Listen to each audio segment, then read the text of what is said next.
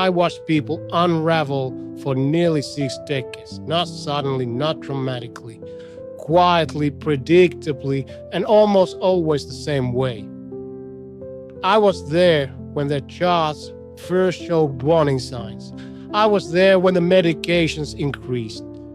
I was there when the language shifted from treatment to management.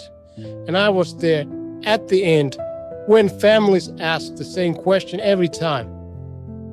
How did this happen so fast? It didn't happen fast. It happened slowly, over years of small decisions that never felt dangerous. I am 101 years old. I am not telling you this to frighten you or impress you. I am telling you this because I have spent more hours watching people approach death than most humans ever will. I have seen patterns so consistent that once you recognize them, you cannot unsee them. And I know exactly which mistake shortens lives without announcing itself. Most people believe death arrives because of genetics or fate or bad luck. That belief is comforting. It allows you to feel innocent. But in my experience, the majority of people I watched decline were not unlucky. They were habitual. They repeated the same behaviors every day, assuming the body would adapt forever. They believed tomorrow would correct what today damaged. They trusted that modern medicine would undo what their routines were quietly breaking. By the time symptoms appeared, the damage was already well advanced. Medicine can slow collapse. It cannot reverse neglect. What troubled me most was not that people made these choices. It was that they made them unknowingly. No one told them the cost would compound. No one explained that certain behaviors don't hurt you immediately. They age you quietly from the inside. You are likely making this mistake right now, not because you're careless, but because it has been normalized, because it looks harmless, because everyone around you is doing the same thing. And by the time it reveals itself, it will feel sudden. But it won't be. The mistake I am talking about is not dramatic, and that is why it's so effective at shortening lives. It is the belief that the body will always compensate for how you treat it. I watched people rely on that belief with absolute confidence. They pushed themselves through exhaustion, ignored early warnings, normalized discomfort, and assumed resilience was permanent. It never is. The human body is remarkably forgiving, but it keeps a ledger. And one day, without asking permission, it balances the account. In the early years of my practice, I noticed something that wasn't in any textbook. Patients of the same age, similar background, similar access to care, were aging at very different speeds. Some entered their 70s alert, mobile, and engaged. Others arrived at the same age already fragile, confused, and diminished. The difference was rarely a single illness.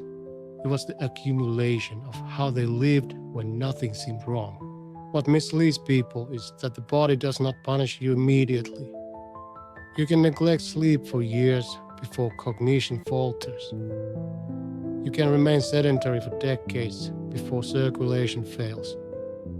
You can carry constant stress until your immune system quietly weakens. During that time, life appears normal. You function, you work, you raise children, and because nothing collapses outright, you assume there is no real danger. I saw patients who treated fatigue as a personality flaw rather than a warning. Patients who dismissed pain as just getting older. Patients who treated stress as a badge of responsibility. They were not reckless. They were obedient to a culture that rewards endurance and ignores long-term costs. By the time this pattern surfaces as disease, the language changes. Doctors stop talking about prevention and start talking about management. Medications multiply, limitations are accepted, and people are shocked because they feel as though decline arrived overnight. It never did. It was rehearsed daily. And once this realization set in for me, I could no longer ignore it. I began warning patients earlier. I explained that the absence of symptoms was not proof of safety. Most nodded politely. Many agreed. Few changed. Most of them are gone now. The longer I practiced, the more difficult it became to separate my professional observations from my personal life. I was warning people during the day and watching the same patterns unfold at home in the evening. Decline does not announce itself with drama. It arrives as small concessions. You stop doing certain things because they feel uncomfortable. You accept limitations as normal. You adjust your expectations downward without ever consciously deciding to. And then one day, you realize you have been shrinking your life to fit what your body can tolerate, instead of demanding that your body remain capable. I remember patients who insisted they were fine because they were still independent. They could still drive, still cook, still manage. But independence is not the same as vitality. I watched people survive for years after they stopped truly living. Their world became smaller, their days quieter, their curiosity dulled. They didn't die quickly, they faded. And the fading often began long before anyone called it illness. What makes this mistake so destructive is that it feels reasonable at every step. You rest a little more. You move a little less. You postpone discomfort because it seems harmless. You tell yourself you will address it later when you have more energy, more time, more motivation. But the ability to change does not remain constant. It diminishes if you don't use it. I watch people weight themselves into incapacity. There is a moment, usually in the late 60s or early 70s, when the body stops negotiating. Before that point, small corrections produce large improvements. After it, effort yields less return. That window is invisible while you are in it. No one tells you when it is closing. You only realize it has passed when progress becomes slow, painful, or impossible. This is why I became more direct as I aged. I stopped softening my language. I stopped reassuring people unnecessarily. Because reassurance is dangerous when it delays action. Most of the people I watched decline were not denied information. They were denied urgency, and without urgency, knowledge does very little. By the time I reached my 90s, I no longer needed charts to see the outcome. I could see it in posture, in gait, in the way people spoke about their days.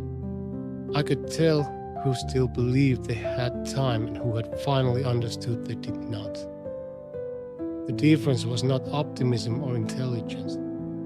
It was whether they had corrected course early enough, while correction was still possible. I want to be clear about something. Longevity is not the same as survival. I have watched people live long lives that ended years before their hearts stopped. I have also watched people protect their capacity, their clarity, their independence deep into old age. The dividing line was never luck. It was whether they treated early warning signs as inconveniences or as instructions. I made my own changes late by most standards, but early enough to matter. I became deliberate about how I moved, how I rested, how I ate, how I worried, not perfectly, consistently. I stopped assuming my body would forgive me indefinitely.